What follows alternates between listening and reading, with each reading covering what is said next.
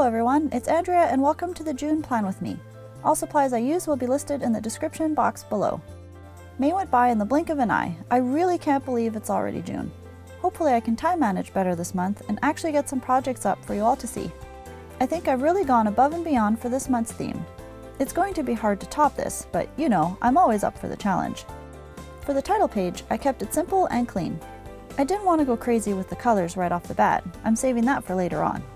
I'm going to be using the very well-known Dr Seuss font, but instead of just one boring solid color, I tried stripes and really liked how it came out.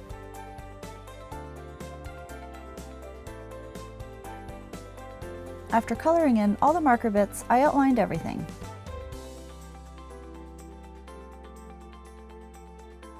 I also decided to use the iconic cat in the hat with an inspirational quote to start off June.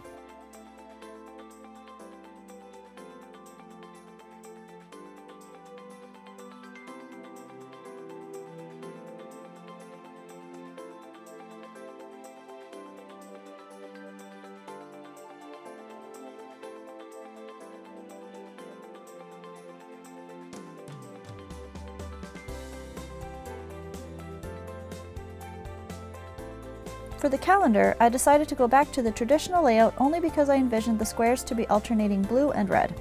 I wrote the month at the top and started coloring in the boxes for every day of the month. Each box is 6 squares by 6 squares for anyone following along.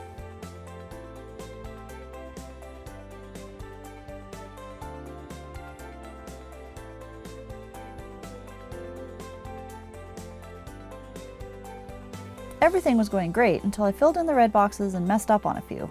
I considered fixing the first one, but when I messed up the second one and threw a mini tantrum not in the video, I decided to just keep them. It doesn't have to be perfect. Sometimes imperfections make things better. Or sometimes this is how you discover new things or techniques. I could have easily just lined the inside of all the boxes with the opposite color. Then I started coloring in the truffula trees, to-do sign, and the cute fish at the bottom. I had to wait for the first color to dry to add the stripes. If you add them too soon after, they will bleed into your first layer, which might be a cool look all on its own. I always use a spare page to practice color combinations and styles. Like all my journal spreads before this, I like to have kind of a mock-up pre-made so it makes filming faster and easier, and I can see what colors go well next to each other. All that's left was to number the pages and outline everything. I even wrote the numbers in the same style as the Dr Seuss font. This was actually really easy, and I decided to keep the same style of writing with all the rest of the words.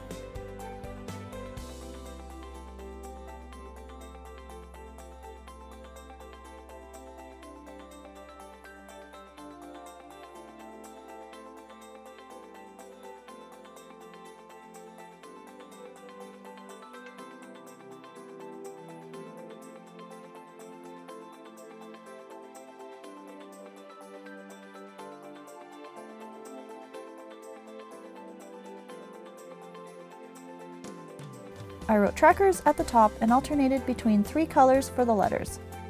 As for the layout of my daily tracker, I really quite enjoyed last month's spread with the individual tiny calendars for each task, so I wanted to use something similar this month.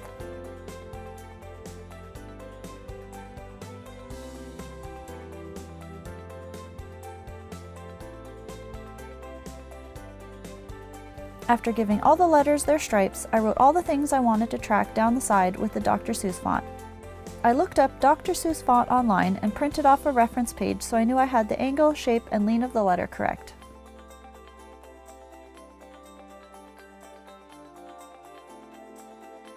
So instead of using the mini calendars like last month, I divided this one into 2 rows with 15 squares in each.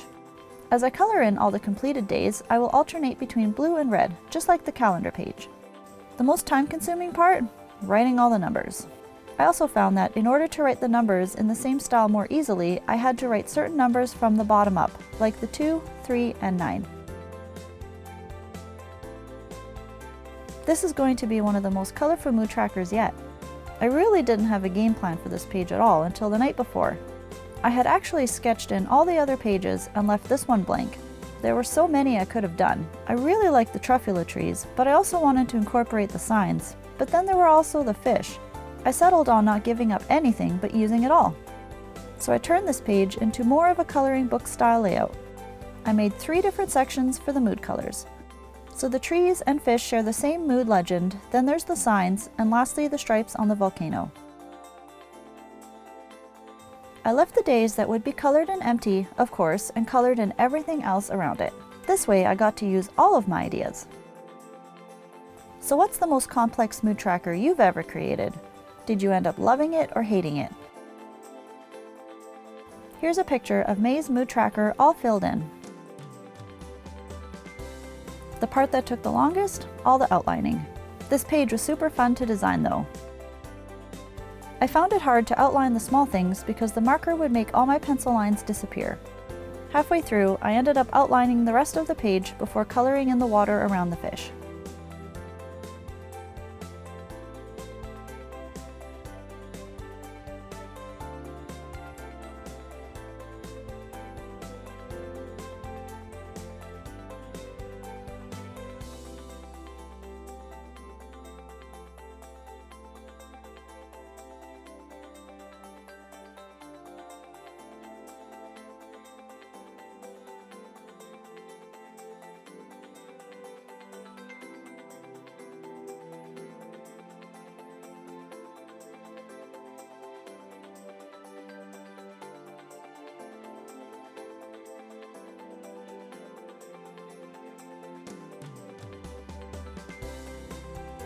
Then I colored in the extra rings around the volcano and wrote my legend at the bottom with the first letter underlined for all the separate mood trackers.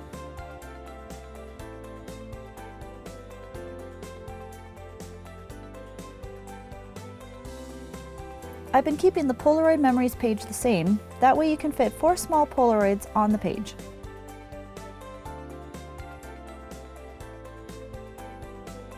The green stripes totally remind me of a watermelon.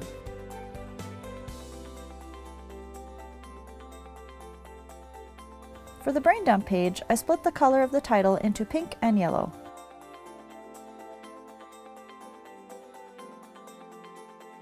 I drew the Lorax hanging out on a truffula tree at the bottom. I added my stripes to all the letters, and now that the pink is beside the green, it totally looks like a watermelon.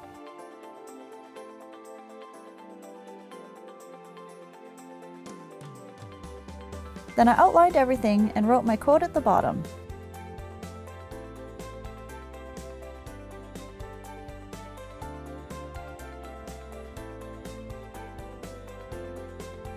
I think a lot of his quotes have to do about being yourself, that it's okay to be different.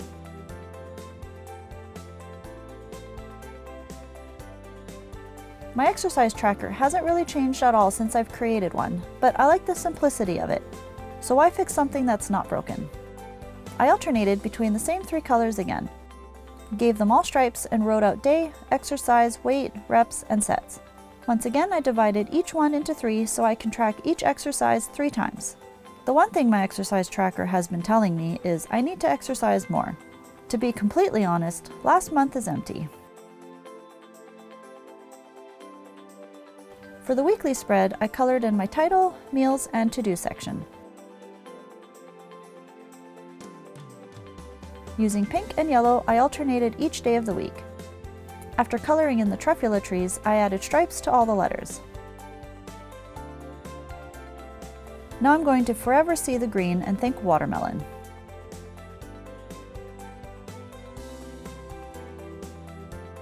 Time to outline. I find outlining really brings it all together.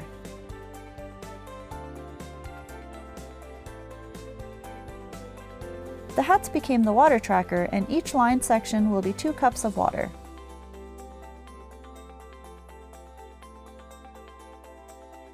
Then I wrote all the days of the week and all the corresponding sections. I liked the weather tracker being in the weekly spread, so I kept it the same for this month. Lastly was to add the lines that separate all the days of the week. I'm looking forward to having a more productive June. There are so many projects I want to make, and sometimes it feels so overwhelming that I end up making nothing. Hopefully, I can break that cycle this month. I hope you've enjoyed this month's Childhood Dr. Seuss theme, and I hope I've inspired some of you to think outside of the box and create your own fun themes. If you try any of the themes I have created, please tag me on Instagram at Amazing-Andrea1, that's with underscores. I would love to see your recreations. If you don't want to miss next month's setup, don't forget to hit that subscribe button. As always, thanks for watching, and I hope to see you next time.